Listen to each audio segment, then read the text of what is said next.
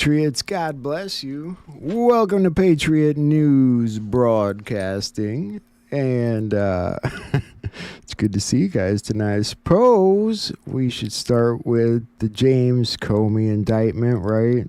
Seems like the appropriate place to start tonight since I had stuff about it lined up anyway, but Pam Bondi put this message out. No one is above the law. Today's indictment reflects this Department of Justice's commitment to holding those who abuse positions of power accountable for misleading the American people. We will follow the facts in this case. It was also pointed out that the case has been assigned to Judge Michael Nachmanoff, a Joe Biden appointee. So there's that little bit of information. And then I wanted to show you this other article I came across today because I think it's kind of important here. Is James Comey's son-in-law in the DOJ trying to prevent Comey from being arrested. Didn't know his son-in-law worked in the DOJ.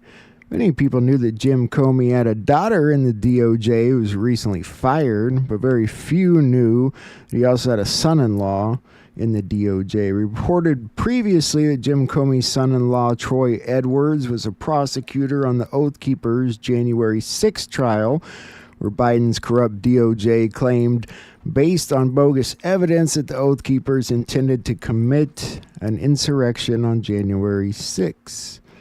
And there's the docket for that case. The question is, does he really have that kind of power, though? That I'm not convinced of. You guys probably didn't see that, did you? I forgot to hit OK. Sorry. Maybe you did. Anyway, let's take a look at what the news is saying real fast. We have major breaking legal news. The Trump Justice Department has now indicted former FBI Director James Comey. This is in Virginia by a grand jury tonight. He is charged with 2 criminal counts. MSNBC reporting those charges. ABC News reporting the 2 counts are false statements and obstruction of justice. We do not have the actual indictment paper yet, and this is a developing breaking story. It also comes after reports of unusual and extreme pressure from the president on that department's office, basically after the acting U.S. attorney for that same district departed, and allegedly there is internal memoranda that doubted whether this new indictment of James Comey should even go forward. Prosecutors reportedly finding there was insufficient evidence. But now, former FBI Director Comey indicted tonight, capping a many-year saga of his criticism and clashes with President Trump and questions hanging over the validity of this kind of case. I'm joined by MSNBC Justice. Let's look at a few other things here that tie into all this, which we knew was coming. It's really in regards to Russiagate, in my opinion, and they did mention that they didn't believe they had enough evidence to put this through. I mean, you've got the statement he made and then the statement he made to Congress. I mean, that's pretty good evidence to me. The whole country saw it, but other than that, obstruction of justice, I suppose that ties into it. I'm just wondering if we'll see an arrest come out of it. Looking at today's Delta, you can see it hits pretty hard, showing you that the scope of Obamagate, which pretty much ties in with Russiagate, or Russiagate falls into Obamagate, is pretty big. And on top of that, some will take the easy path and exit early. Judgment's coming. Certainly is. Isn't it a good day to say judgment's coming? I think that's appropriate. So nice to see those deltas. No arrests. Well, you know, look at the people that you're dealing with in parts of the Justice Department, these judges, these Biden era, Obama era judges, are you going to get justice in the Justice Department? No. That's why the military is the last resort. But you have to exhaust every opportunity to get justice the legal way. I mean, Trump absolutely has to do that. I like this post he posted back in 2013 from Mario Andretti. If everything seems under control, you're not going fast enough. That sums up Trump entirely for me, in my opinion. But anyway, no, you wouldn't technically say Comey's the first arrest, but he may be arrested. It could happen out of this situation. This is a good first step. It's a big first step. We got a lot of funky stuff to look at tonight in no particular order as usual, so hang in there for some of these more boring stories, and I'll try and get through them quickly. The news is so inconsiderate of your feelings, you know. Trump has a 57.11% approval rating. I like that, 0.11%. It's pretty good approval rating, actually. So there's that.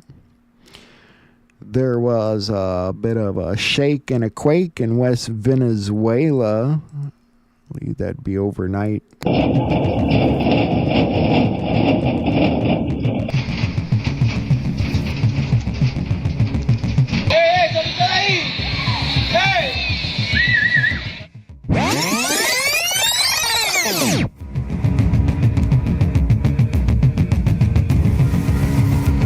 Well, if God doesn't rattle them with an earthquake, Trump's going to rattle them.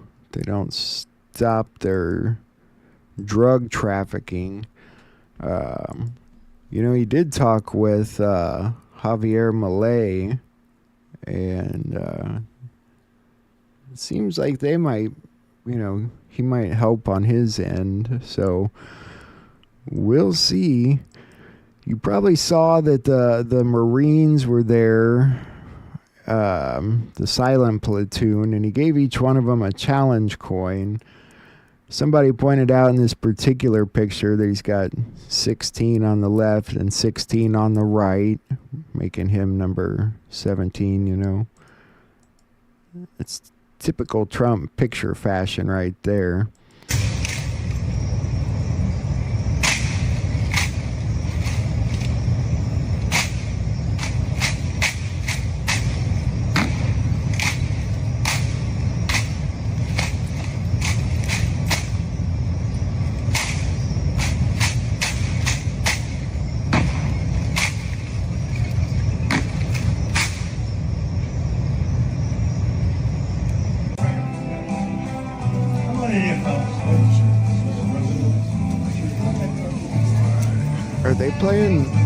Are they playing Led Zeppelin at the White House? That's interesting. I'm sure there's something to that particular thing they were doing around Trump's new flag. I'm not exactly sure what it is yet, but I think in one of the videos we're going to watch in a little bit, someone talks about it. I can't remember if it's Bob Kraft or something. We'll come back to that.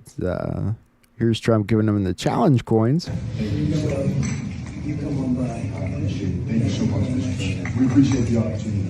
Well, it's my honor. You're great people. They're all good, aren't they? Wonderful. Yes. Really sounded like that Led Zeppelin was coming out of the White House stereo. That's like, I don't know, it's interesting. This was interesting too. This all sort of goes together. You remember the Trump Marines post. Let me see if I can make this bigger. Castle clean. President, real Donald Trump, invites the Marine Corps silent drill platoon into the Oval Office. And Derek Johnson posted this. The Doomsday plane was at Joint Base Andrews, sitting on the tarmac with the call sign Broom 34. In the military, a broom signifies a clean sweep, a tradition in the U.S. Navy and Submarine Force where a broom is displayed to show a ship or crew successfully engaged and destroyed all enemy targets it encountered during a mission or patrol. Did we see a clean sweep? Castle clean? All enemies destroyed? Could be. Is that what we got from that last night? I don't know. Pretty fascinating. I'm sure Derek Johnson, of all people, will have more to say about that, so we'll look for that. Another thing, we saw Iran yesterday say it wasn't going after any nukes. It had never gone after any nukes. After that, it was using its Iran state TV to broadcast images and documents and footage, it said, related to Israel's nuclear activities, which they've never officially confirmed nor denied, but pretty interesting. They're airing all this stuff on their state TV.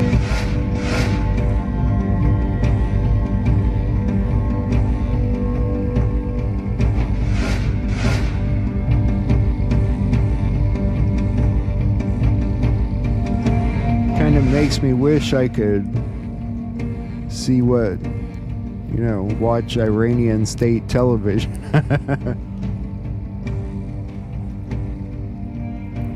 Kind of feels like what we might have coming here in this country and everywhere. Interesting. So Israel's getting exposed all around. It was nice to see Trump bring up the Israel situation today, and we'll look at that here in a little bit as well. Health and Human Services Secretary Robert Kennedy told Republican states this week that the FDA would conduct a new review of abortion pills, a move that abortion rights advocates say could lead to significant restrictions. That's just talk at the moment. There's nothing really around that yet. Zelensky, more or less in so many words, said that he's ready to leave the office after the war ends. So do you commit that if tomorrow President Putin agrees for a ceasefire of 3 months, 6 months, whatever, you will push forward to go for elections in Ukraine? Yes. And do you see yourself, after the war is over, staying as Ukraine's president also in peacetime? Or are you going to say, I served my country at its most difficult moment in history, and now I'm stepping down? If we will finish war with Russians, yes, I'm ready not to go, because it's not my goal, elections. I wanted very much in a very difficult period of time, be with my country, help my country. Yes, that's it, what I wanted always. My goal is to finish the war. Looks like a slouch, but yeah, he stopped the elections from happening because they were at war. That's really what it all boils down to. And another interesting move surrounding Zelensky in Ukraine, Ukrainian TV used AI to manipulate the footage of him speaking at the United Nations. Take a look at the video. They added extra audience members during Zelensky's speech. War has already reached too many people to pretend it has nothing to do. But even during bloodshed, there isn't a single international institution that can truly stop it. That's how weak these institutions have become. It's pretty weak to add fake audience members just to make it look like you got more people listening to you. It's so goofy. We live in goofy times. There's some goofy stuff happening and some boring stuff like the German antitrust probe from the European Union. Basically, time to break up a software giant, a monopoly, SAP. The European Commission has launched an antitrust investigation into German software giant SAP, Europe's largest software maker, over concerns that the company may have distorted competition in the market for services related to its enterprise resource planning software. You know what's funny is Microsoft booted Israel from using its whatever it booted their military access. I don't know. I've got the story. We'll get to it. The Palestinian leader, when he spoke, told the United Nations that there was no role for Hamas in the state in the future. He said, "We reject Hamas October 7th actions unrepresentative of Palestinians' struggle for freedom." What Israel is carrying out is not merely an aggression. It is a war crime and a crime against humanity that is both documented and monitored, and it will be recorded in history books and the pages of international conscience as one of the most horrific chapters of humanitarian tragedy in the 20th and 21st centuries. Yeah, it probably will be. That situation's so odd, but we're going to look at some things. Trump mentioned it today, and it was fascinating in my opinion. The United Nations is launching a probe over the claims of sabotage that Trump made about the escalator and all that stuff. A real disgrace took place at the UN yesterday. Not one, not two, but three very sinister events. First, the escalator. Second, the teleprompter. What's third? I don't even know. Oh, yeah, the microphones. Either way, they're launching a probe, if you believe they'll actually investigate. Not one, not two, but three very sinister events. This morning, President Trump is demanding an investigation into what he calls triple sabotage at the United Nations. The sinister events he is referencing are an escalator that briefly stopped working, a faulty teleprompter, man, do I know that type of evil, and some audio issues during his speech. The president's press secretary told Fox News the technical mishaps, quote, do not look like a coincidence. Here now, Democratic strategist Julie Rajinski and CNN senior political commentator and Republican strategist. Laugh it up, but I mean, come on, all three of those things messing up at once when that just doesn't really happen. It's a little goofy. Senior Justice Department officials instructed more than half a dozen U.S. attorney offices to draft plans to investigate George Soros, investigate a group funded by George Soros. The billionaire Democratic donor whom President Trump has demanded be thrown in jail. You can better believe that nobody's reporting on this. I mean, it's actually everywhere, but no news stations. Even so, I had found a video about this, and it's completely disappeared. That I shit you not. So we'll see where that goes. There's a lot of stuff coming, a lot of talk of indictments. If you remember that video we watched yesterday, they listed off quite a few names from Brennan Clapper, Letitia James, there was Susan Rice, Andy McCabe, whole list of people, Barack Obama. Let's talk about Turkey for a moment.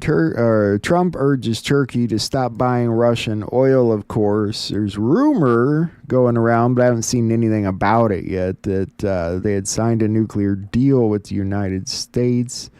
That can't find anything about. So this is a tough man. This is a guy who's highly opinionated, Usually I don't like opinionated people, but I always like this one. But he's a tough one, and he does an amazing job in his country. And we've had tremendous relationships, both having to do with war and having to do with trade. And I guess today we're talking about both. I'd like to have him stop buying any oil from Russia while Russia continues this rampage against Ukraine. And they've been fighting. They've lost millions of lives already. And for what? You know, for what? It's disgraceful. And I said yesterday... It's interesting how Trump's rhetoric about Russia and Ukraine's changed. It's also interesting how it feels like he's playing this grand game of Risk, but in a good way. There was an article somebody had written about the situation in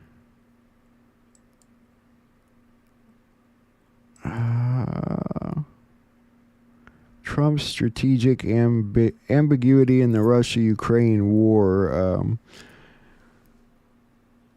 Trump has long been cultivating strategic ambiguity regarding many world issues, making himself more of a moving target for the fake news media's relentless criticism.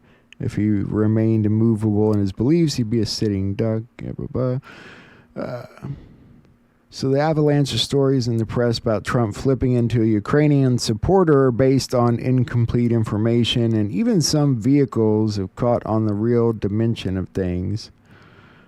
I think Ukraine, with the support of the European Union, is in a position to fight and win.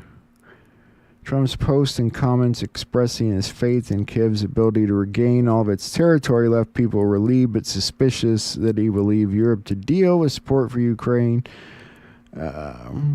Where's the twist here? They're just going back over everything he said. I mean, obviously, there's a whole tactic to it all, but we got to get deeper into this. So people even went as far as to tie this thing with Turkey and what's going on with Hegseth and Charlie Kirk all into a bundle, and we're going to look at that in a minute. Amazon reached a $2.5 billion settlement over, trying to cheat its customers into Amazon Prime. Developing within just the last 15 minutes, Amazon has reached a historic multi-billion-dollar settlement with the FTC. The agency claimed the online retail giant tricked customers into signing up for its Prime memberships and made it difficult for them to cancel after doing so. Amazon will pay $1 billion in civil penalties, the largest fine in the FTC's history. I guess... It's funny that they would trick their customers into something that makes them more money when they make so much money anyway, and then they're getting fined for it. In the UK, things are getting a little odd. Prime Minister Starmer's requiring all adults to own government-issued digital IDs suddenly. Breaking news now. Digital ID will be made law for all adults in an effort to tackle small boats. Downing Street believes that a mandatory ID card system will help stop illegal immigrants working. Let's bring in our political correspondent, Mari Aurora. Mari, what more do we know about this? Yeah, well, Gareth, this is interesting because this is something that has been spoken about a lot. Tony Blair, for instance, has been talking about this for years and years. Didn't make sense years ago, but with their immigration problem, makes sense. And it's interesting to see Starmer kind of going back and forth, teeter-tottering. Russian Foreign Minister Lavrov says NATO and the European Union have declared war on Russia and are directly participating in it. And, I feel like the man's right when they keep saying these jets are going into Estonia and Lithuania and Poland. It just doesn't sound like something Putin would do. And I feel like they're making it up. Руками которой НАТО и Евросоюз объявили уже моей стране настоящую войну и прямо в ней участвуют. В этом же... But it's all a movie. Don't forget that part. It leads to an ultimate conclusion in the end. Okay.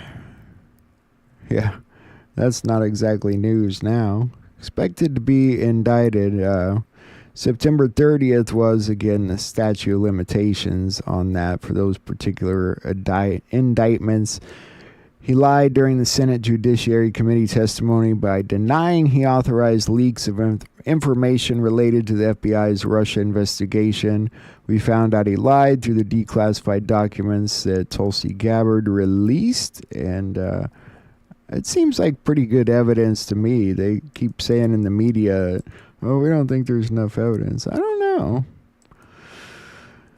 So there's a video we watched that's been seen millions of times now, saying that Charlie Kirk was shot from the back and it went through, and a lot of people were accepting that conclusion, that narrative. Juan O'Savin's page even said, look, this is proof that it actually happened, but unfortunately there's some wrong things with that we got to look at, and I gotta agree with MJ Truth on this one.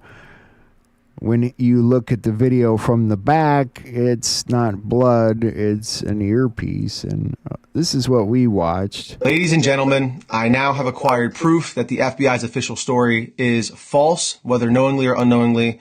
We're going to have an entire monologue and talk about a lot of these things after I show you this, but if you take nothing else away from this video, you need to see this. And in that video, you can see the same, what appears to be the bullet coming down, and it does line up with the actual gunshot itself. We're not counting gang violence. Great. So this video was created by a friend of mine who is a Marine. And basically, they show you this. We will show what is necessary to prove that this was an entry and exit wound.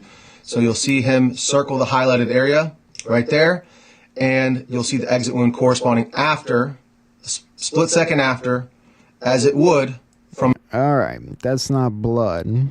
Here is the video from the back.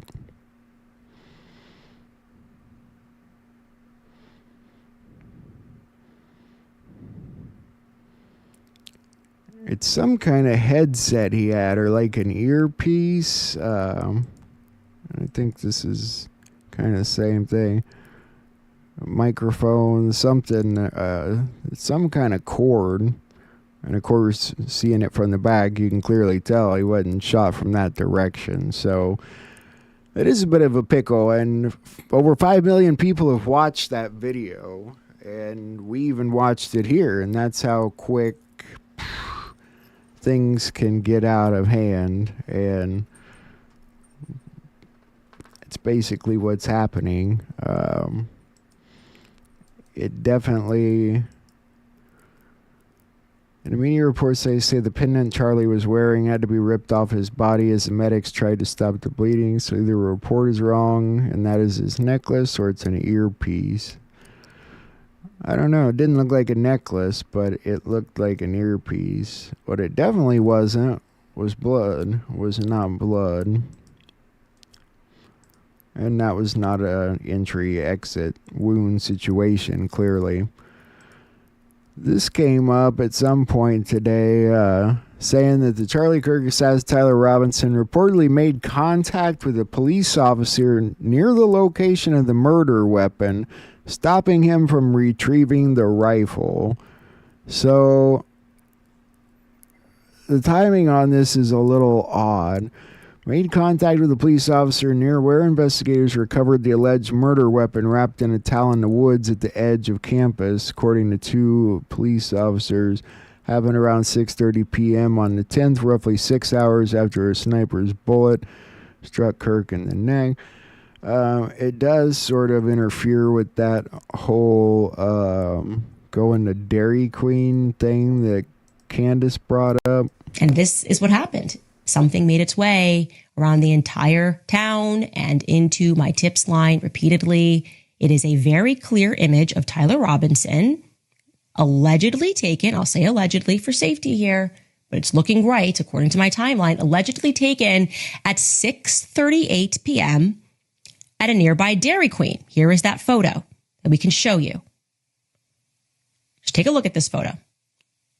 What is wrong with this picture? A lot is wrong with this picture. First, yeah, there is. So we can definitely confirm this is an old photo because he interacted with a police officer at that time. He couldn't have been, what was it, 4 to 11 miles away or something like that, wherever that Dairy Queen was at the time. So that changes that at the very least. So, God, this stuff is terrible, isn't it? How quick this stuff gets all goofy. Now, this is interesting, though. Let's see if I can. This is from SG Anon. You got real deep into this and timestamps. Donald J. Trump welcomes President Erdogan to Turkey. What day was Charlie Kirk shot? And it's, 10-9. He's got it circled there. Who do a lot of people suspect was involved? Why did Pete Hegseth order a snap meeting of nearly all combatant command level officers across the entirety of the U.S. military services to be held on a Marine Corps base?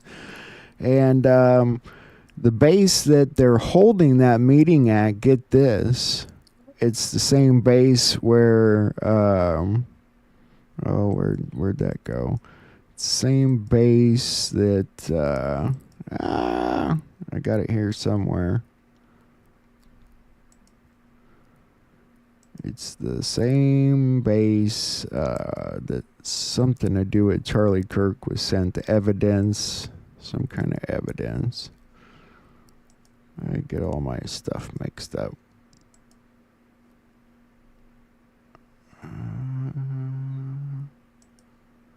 Yeah.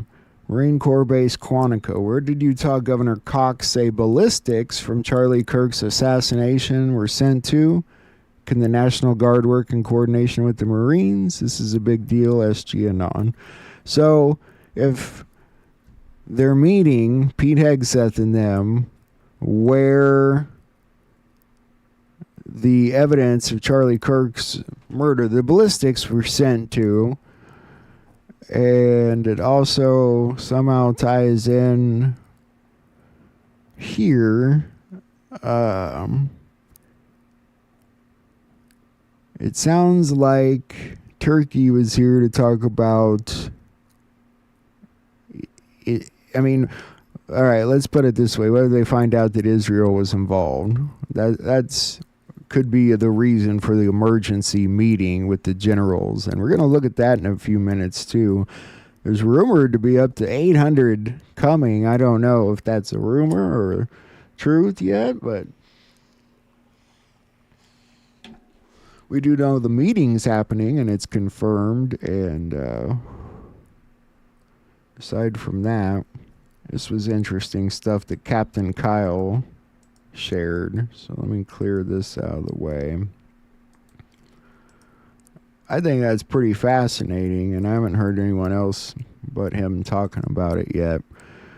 This is from Ryan Mata. We have 100% proof that Charlie Kirk was assassinated by a foreign intelligence agency. We know he wasn't shot with a gun. Special thanks, Black Bednars, for breaking this massive story. Somebody talked to me about that, saying that he wasn't shot with a gun.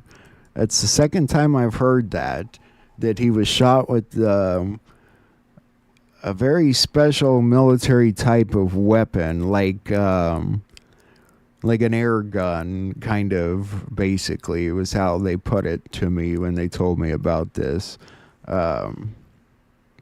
That's pretty significant to some level, and to see other people talking about that, it makes me wonder. Moving forward here, and we'll get back around to the generals. Tucker Carlson discussed Section 230 and the threat of free speech ending in America despite Trump being in office. And what he says is pretty important, and this is something for you guys to think about with what's coming down the road here. Are we going to allow people to come in and take, especially like TikTok becoming partially American. Are we going to say it's okay to get rid of anti-Israel propaganda and this and that? And there's a certain level of that's not okay. Making threats is one thing, or somehow intentionally trying to incite violence, but we're crossing a weird line that's being tiptoed about, and Israel's sort of using it to their advantage, I'd say. You remember this game we looked at the other day where the kids in Texas were playing a little baseball game and someone was shooting at them? It turns out it was these three morons, and they've been arrested.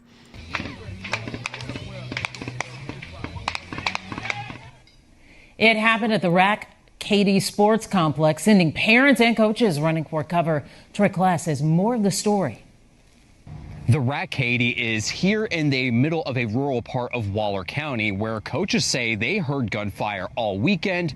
Then on Sunday, bullets started flying through the baseball fields. Teams from across Southeast Texas were gathered for this tournament, including the Houston Warriors, a Warriors coach wounded in the shooting. He literally took the bullet for a child that was to his left. And so thankfully, we avoided a major disaster. Still very, very emotional over it. Team founder Andy Bays wasn't at the field, but says his coach was engaged in a pregame prayer with his team when the bullets started flying.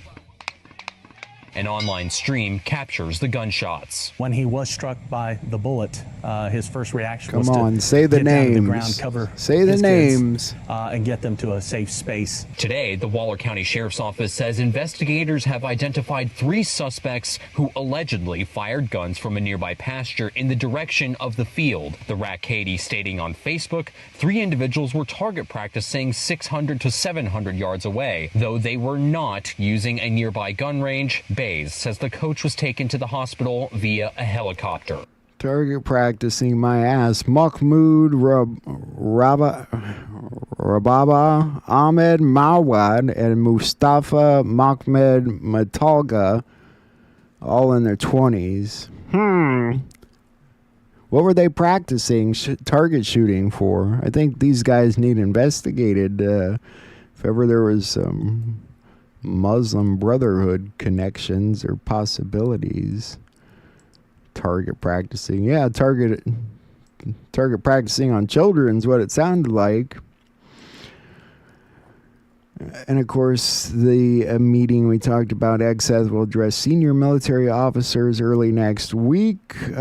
Should be Tuesday, I believe. Hundreds of top personnel from around the world. This isn't even just American. This is hundreds of generals and admirals. And it says even some of them don't know the reason for the meeting.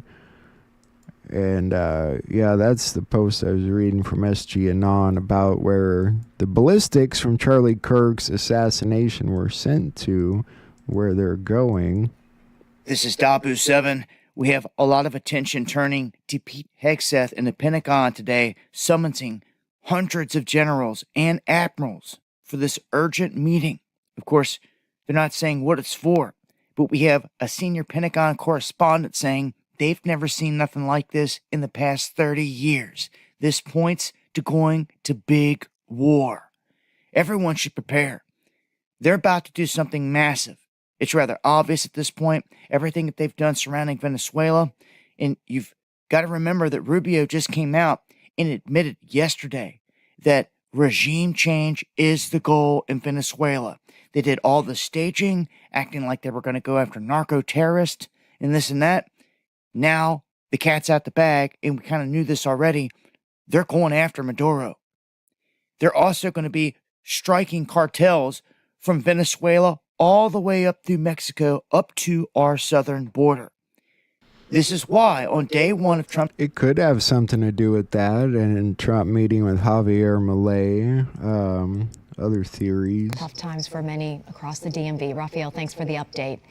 A highly unusual military meeting is scheduled to take place next week. Defense Secretary Pete Hegseth has called hundreds of U.S. generals and admirals from around the world to come to Virginia on Tuesday. According to several officials, the gathering will be held at the military installation in Quantico. The Pentagon has confirmed Pete Hegseth will be addressing military leaders, but would not say what will be discussed. Sources close to the matter say it is rare to have a large gathering of so many senior military officials in the same place at the same time. And then one other video here I saw, it said that 800 generals. The Pentagon has summoned the military officials from around the world for a gathering in Virginia. Now, according to the Washington Post, even the top generals and their staff don't know the reason for this meeting. Now, according to reports, the highly unusual directive was sent to virtually all of the military's top commanders worldwide. Now, the directive was issued earlier this week as a government shutdown looms, and the Trump administration had earlier announced plans to undertake a sweeping consolidation of top military commands. There are about 800 generals and admirals spread across the United States and dozens of other countries and time zones. It's pretty fascinating to bring the whole world in on it.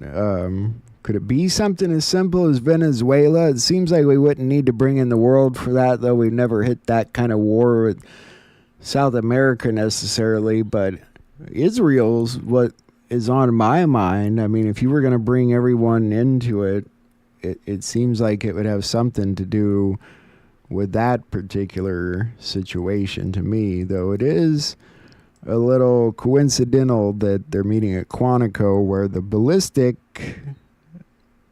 evidence was sent for the Charlie Kirk situation. Tylenol is still making a fuss. The ADA advocates for peer-reviewed science after Trump administration links Tylenol to autism. Well, now they want to do tests. Seems like the National Institute for Health, Johns Hopkins, Biomed Central, PubMed, JAMA Network, Mount Sinai, Harvard, FDA. It seems like they've all kind of done their homework and made statements about it. And, you know, all these lefties out there making the videos where they're eating a bunch of Tylenol. Well, nurses are making claims that they're ending up with people in the hospital over it. Multiple American nurses now confirming a major surge in women being rushed to the ER after overdosing on Tylenol. People pulled up more posts from Tylenol. This one saying, "Congrats on your upcoming addition to the family. So exciting. It'd be great to touch base real quick since we haven't tested Tylenol to be used during pregnancy." Interesting. And so PBS put out this. Research doesn't show using Tylenol during pregnancy causes autism. Shame on you, PBS. See why Trump's shutting you down. Tylenol said this: "We stand with science and we stand with you." Tylenol is one of the most studied medications in history and is safe when used as directed by expecting mothers, infants, and children. There's no credible evidence linking it to autism. I would disagree, but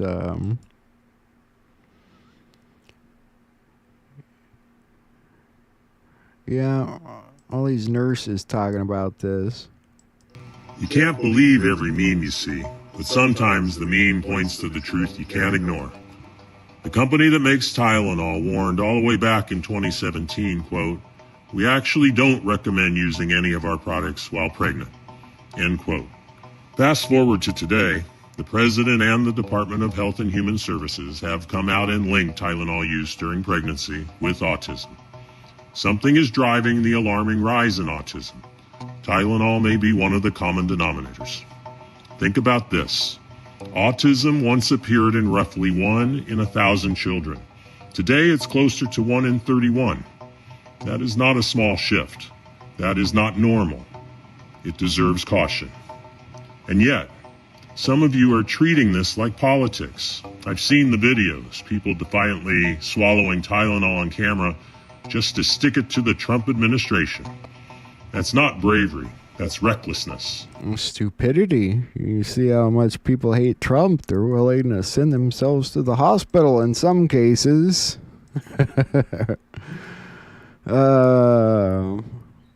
Fox News, yep, they confirmed earlier that James Comey would be indicted today, so it looks like they were right on that count.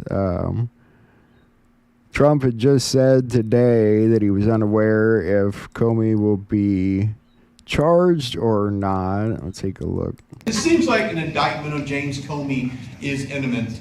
Would this be the first step in accountability for pushing the hoax of Russia, along with Barack Obama involved as well? Well, I can't tell you what's going to happen because I don't know. You have very professional people headed up by the Attorney General and Todd Blanche and Lindsay Halligan, who's very smart, good lawyer, very good lawyer. They're going to make a determination. I'm not making that determination. I think I'd be allowed to get involved if I want, but I don't really choose to do so. I can only say that Comey's a bad person. He's a sick person. I think he's a sick guy, actually. He did terrible things at the FBI. But I don't know. I have no idea what's going to happen. You know he's committed much worse crimes that he needs to be held responsible for. Lying to Congress and obstruction, not necessarily what we're looking for, but a good start. We looked at that about his son-in-law. Deep state prosecutors said they're worried there's not enough evidence to convict. And again, I wanted to remind you, don't forget about this from yesterday. More indictments coming. We have some wild breaking news out of the Department of Justice today at The Real Cindy Alexis. My main account was permanently banned, so you can like, share, and follow me here. The Department of Justice has just confirmed that they have received criminal referrals from the Director of National Intelligence for the following persons: former President Barack Obama, James Clapper, John Brennan, Susan Rice, Loretta Lynch, Andy McCabe, and John Kerry. Now, this is in regard to manufacturing and for politicizing intelligence in order to subvert the election results in 2016 with President Trump.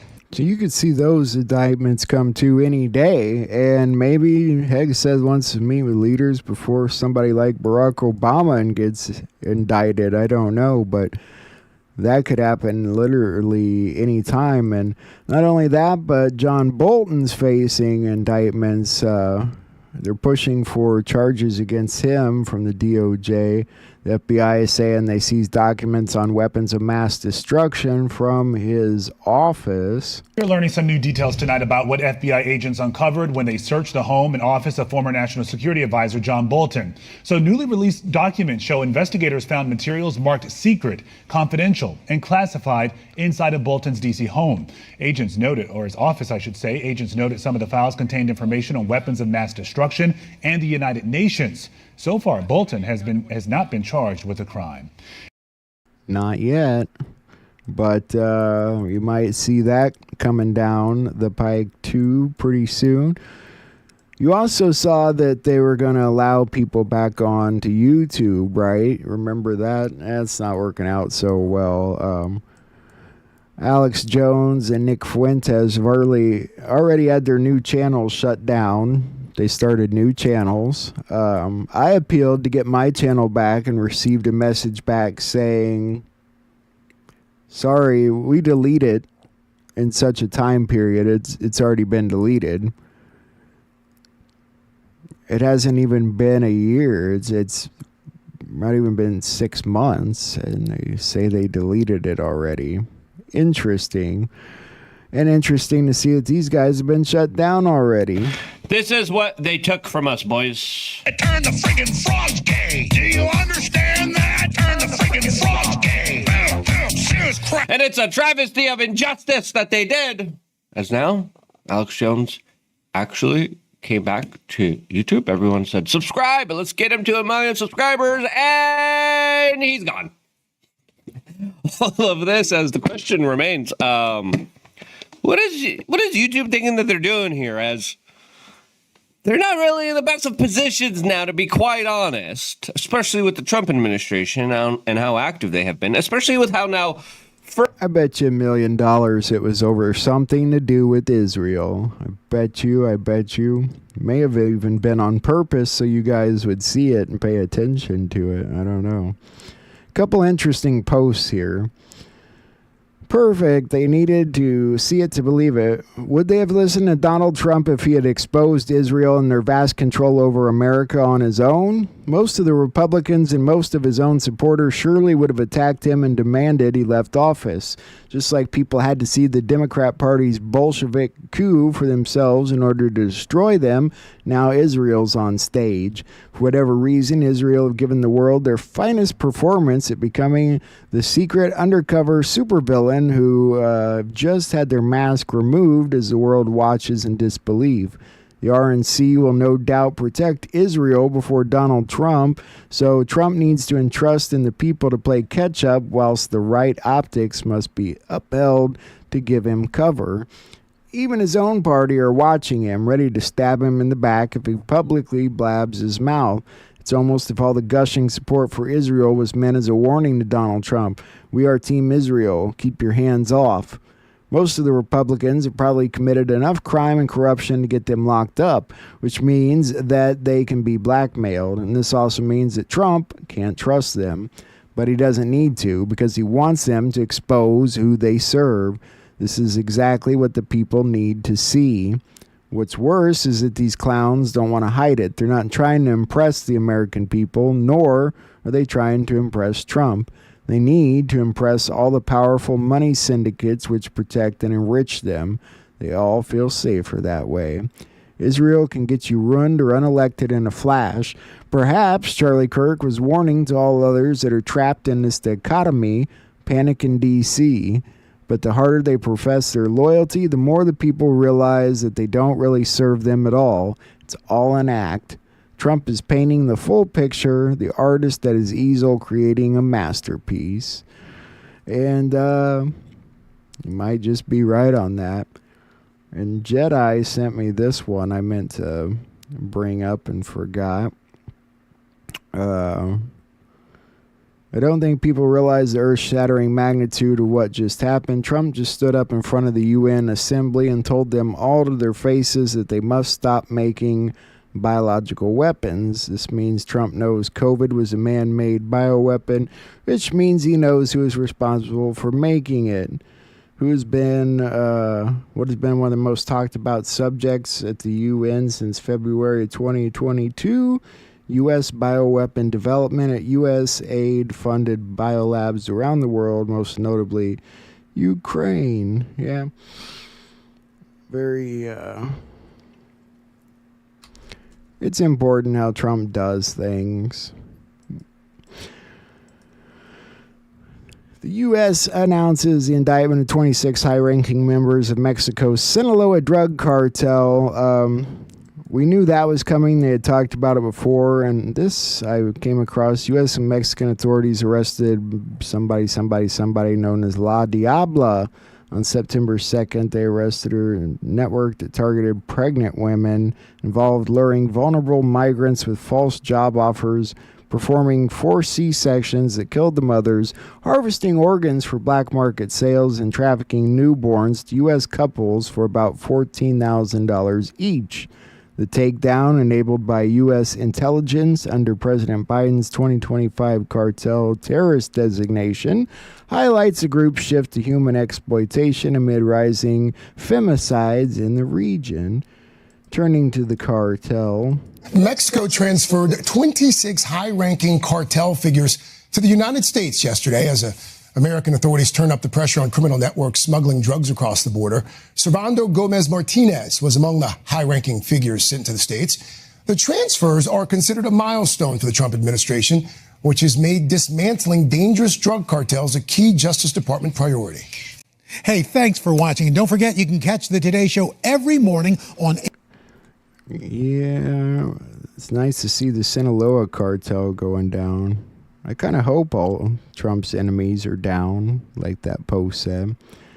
Grokked and loaded. President Trump and Elon Musk are teaming up again, this time to bring Grok 4 and Grok 4 Fast to his administration, aiming to revolutionize and supercharge AI innovation across all government agencies. The AI Sovereignty Act proves America must dominate AI innovation, not outsource it. Integrating Grok into federal agencies aligns with Section 2's mandate to strengthen domestic AI development and disincentivize offshoring. Yeah, that's kind of what we figured they were doing. It's not letting AI fall into the wrong hands, basically. Kash Patel blows up corporate media narrative about Dallas ICE shooting as he reveals the chilling note that the killer wrote. He reveals that the suspect engaged in detailed pre-attack planning, downloading DHS facility lists, conducting ballistics and Charlie Kirk video searches, tracking ICE agents, leaving handwritten threatening sniper attack with AP round notes. Huh. Perp downloaded a document titled Dallas County Office of Homeland Security and Emergency Management containing a list of all their facilities. Interesting. Let's see what Cash said. New developments today in the ICE facility shooting that happened in Dallas yesterday. The U.S. Attorney and the Homeland Security will hold a news conference at 1:30 p.m. today, later on in the afternoon, to talk about their investigation and what they've learned so far. We're also learning more from FBI Director Kash Patel this morning. Among the details that Patel posted onto X, he said one of the handwritten notes recovered read, quote, "Hopefully, this will give ICE agents real terror to think, is there a sniper with AP rounds on that roof?"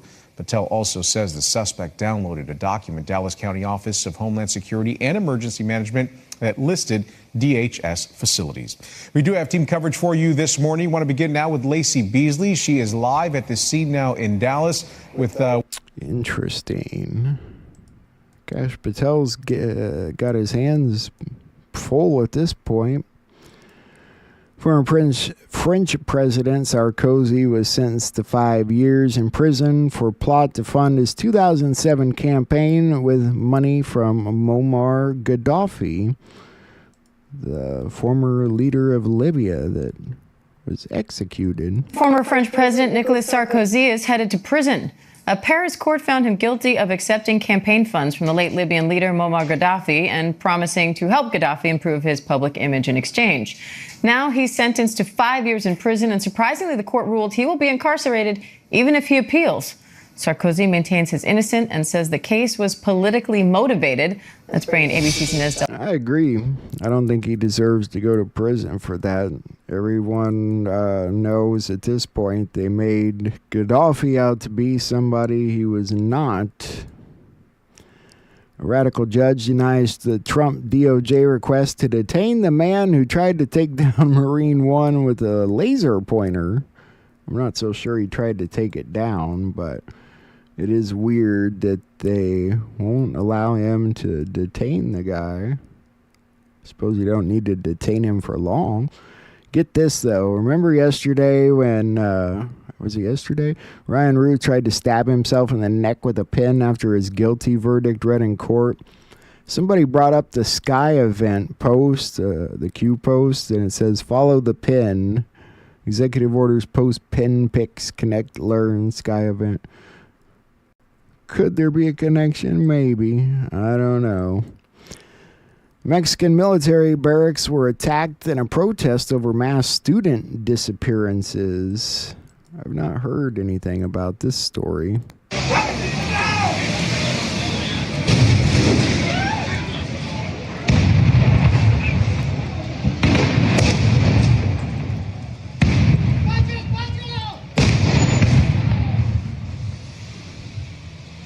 Good Lord, what kind of weapons are the citizens in Mexico packing? It sounded like explosions to me.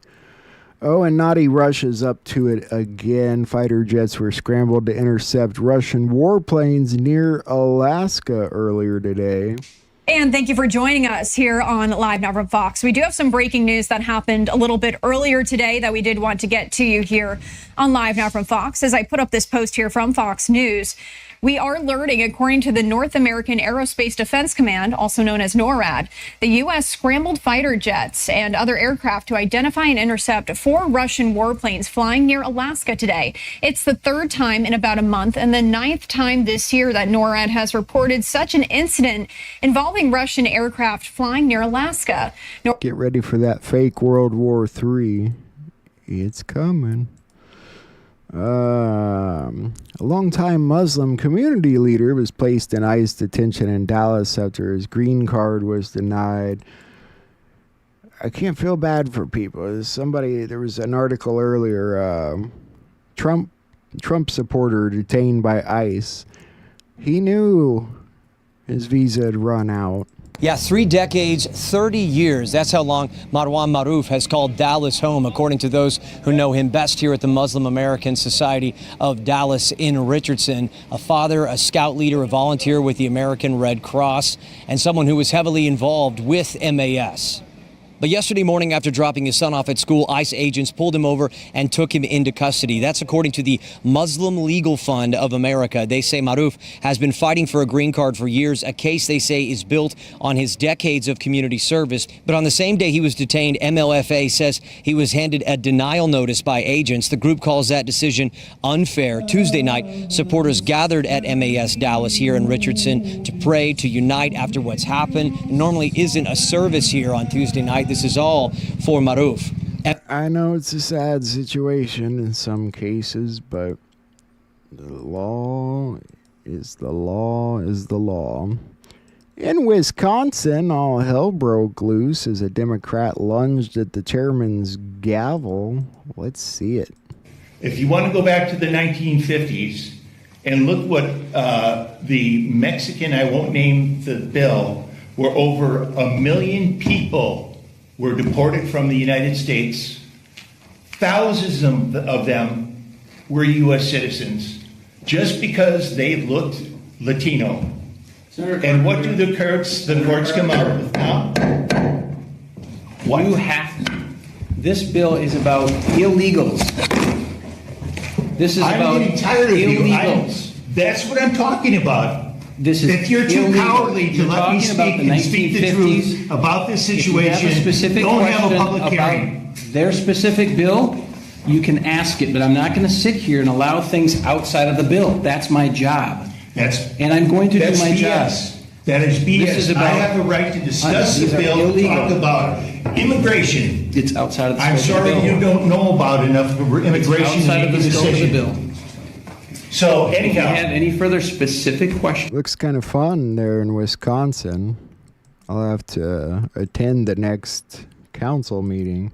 The Justice Department sues its 6th U.S. state over voter registration lists.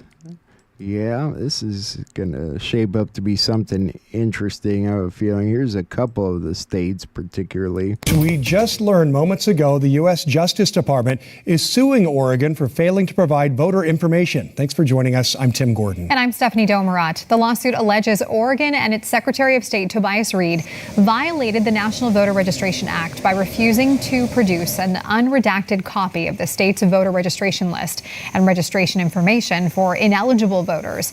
Now, this comes as the Justice Department is reportedly assembling a national voter database. The New York Times reports that the Justice Department is compiling the list, supporting an effort by President Trump to try to prove unsubstantiated claims that many undocumented immigrants have voted illegally. In a state, yeah, we already know they did. So Oregon and Maine are the 2 most recent states to get sued there. California, there's been a move to block oil and gas firms from leaving. We'll cover this. I think it's been a tyranny of about 25 years of trying to get the refining business to leave California. They've been putting in regulations and bureaucracy and taxes and programs to push us out of the state. California has spent years. I can't say I'm overly concerned with California's oil problem. There are two storms that might interact with one another. This is called the Fujiwara effect, which people have been making some goofy doomsday predictions over for some reason. But looking at the storms here, we got another awesome question coming in, and this leads us to talk about one of my favorite meteorological phenomenons on the planet. Hey, Juliana, are the two waves close enough to interact with each other, which lets us weather narcs talk about the Fujiwara effect? Woo, woo, woo. That's what we need too. We need the fish storm like sound effect and look, and we need a Fujiwara. We do. That would be something. I have not myself, at least seen the Fuji like in real time, I guess. Yeah. So yes, technically. So right now, no, but in the like I said earlier, there are forecasts. Just to make it short, if the storms continue on the track there, you might see some landfall around the Carolinas on October 1st, roughly. Very last days of September, maybe. We will see how that storm progresses. The Oklahoma superintendent who put Trump Bibles in the classrooms resigns. Oklahoma State Superintendent Ryan Walters has announced his resignation. He will now serve as CEO of Teacher Freedom Alliance. 5 News reporter Jacob Luthi joining us to tell us about the company and what state leaders are saying this morning. Good morning, Jacob. Yeah, good morning. The Teacher Freedom Alliance says their vision is to support the right of educators in America to pursue excellence in the classroom free of ideological interference. They advertise themselves. Wouldn't that be nice? Wouldn't that be nice? We can only hope that day comes. Will it? I don't know. People are still talking about all the fencing showing up around D.C. It's kind of odd. Such fencing is typically used during periods of civil unrest or heightened national security concerns. No explanation has been provided at this time. Trump signs an executive order saving TikTok from a ban. Trump says China's Xi Jinping has approved of the proposed deal, putting TikTok under U.S. ownership. Let's look at that real quick. Next, sir, we have an executive order on TikTok. From the first days of your administration, you've charged a team from your administration led by Vice President Vance with ensuring that we can preserve TikTok as a platform for the 170 million Americans who use it, while ensuring that their data is properly protected as required by law. With this executive order, you will be... Hopefully you can ensure that Israel doesn't tell us what we can and can't make videos about. Trump says he spoke to Netanyahu pretty close to a Gaza deal. He was asked about the West Bank today, saying he will not allow Israel to annex it. Now, did you promise leaders this week that you would not allow Israel to annex the West Bank? And is that something that you... I will not allow Israel to annex the West Bank. No, I will not allow it. It's not going to happen. Did you speak with Netanyahu about this directly? Yeah, but I'm not going to allow it. Whether I spoke to him or not, I did. But I'm not allowing Israel to annex the West Bank. There's been enough. It's time to stop now, okay? Yes, please. It's him telling you they're never going to own that land. It's never going to be a part of Israel. You think about that. War in the South Atlantic. In his UN General Assembly speech, Argentina's Javier Milei unveils new effort to retake illegally occupied blah, blah, blah. British imperialistic South Atlantic islands mainly, but a lot of people think there's something there with what's going on with Maduro. We'll have to wait on that one. A whistleblower was found dead today. Filippini was murdered. He exposed how the Obama administration ordered Department of Homeland Security agents to delete intel on terrorists. He was about to expose further corruption when he was shot to death. Federal agents seized the evidence and ruled it a suicide. Most Americans were unaware of the enormous damage to morale at the Department of Homeland Security where I worked that was caused by Obama's condemnation. His words infuriated many of us. Let's take a look at the story. Tonight, a mysterious twist in the death investigation of a government whistleblower. His body found in Amador County. His death first believed to be suicide, but now investigators are backtracking. CBS 13's Rick Boone with what detectives are now saying. 66-year-old Philip Haney, a former DHS officer, was known in D.C. circles as a person who never held back his opinions, even about his boss, President Barack Obama. I was told to remove all unauthorized references to terrorism. Testifying to Congress as a whistleblower about Obama, claiming that the then president was not taking the threat of terrorism seriously. I would like to show you now the logo of the Muslim Brotherhood, the moderate organization that this administration chose to ally itself with. In 2016, Haney even wrote a book, See Something, Say Nothing, highlighting his concern. We've been inundated with a lot of theories of what may have taken place. You know, we're looking at everything. Haney was found dead of a self-inflicted gunshot wound in Amador County over the weekend. Everything we saw on scene is consistent with somebody putting a gun to themselves and pulling the trigger.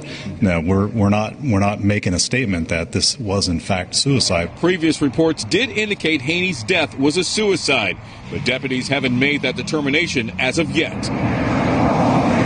His body was found in a car in this park and ride that's along Highway 16. It's less than 3 miles from where he lived in an RV park. Investigators are not saying if foul play was involved. Deputies say it is a standard to analyze these type of incidents before any ruling can be made. Every death that occurs in the county, when it comes to something like this, we treat and look at it as a homicide until we prove otherwise.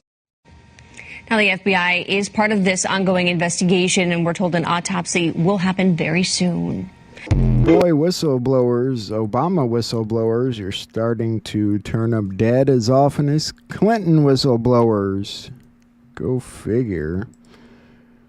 And Microsoft terminates Israeli military's access to its technology after uncovering mass civilian surveillance system violating its terms.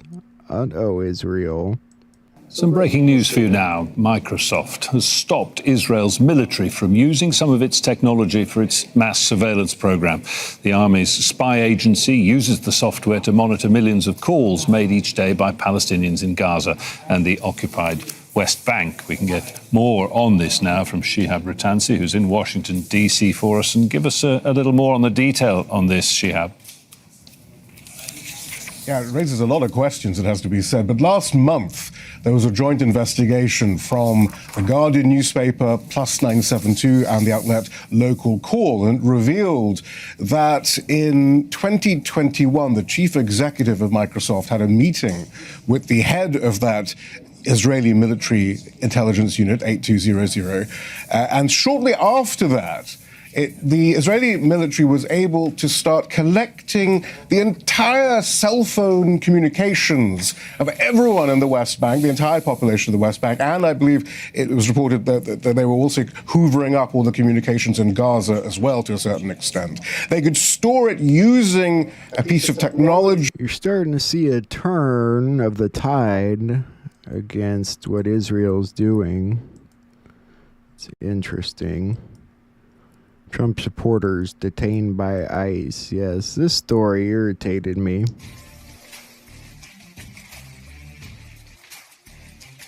Roland Biani and Iyad Mohammed Abu El Awa, both supporters of President Donald Trump, have been detained by Immigration and Customs Enforcement, ICE, over alleged immigration violations and criminal activity. ICE confirmed that Biani is under investigation for an alleged fraudulent marriage tied to his I-130 immigration sponsorship. So as a Trump supporter, he should have known. Should have known. All right. And that concludes our news for today, Patriots. Now, if you're sticking around, let's see what we're taking a look at tonight, what we've got lined up.